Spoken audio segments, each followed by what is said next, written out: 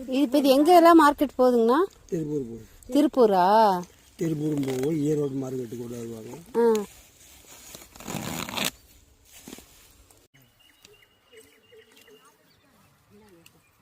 பூ கொடுங்க.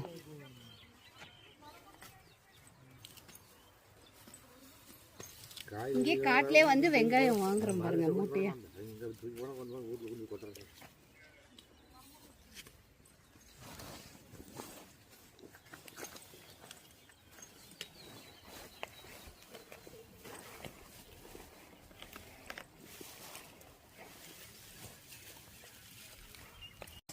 வெங்காயம் பாருங்க அந்த மாதிரி.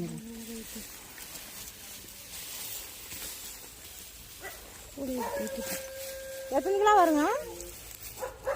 78 கிலோ வரும். 28.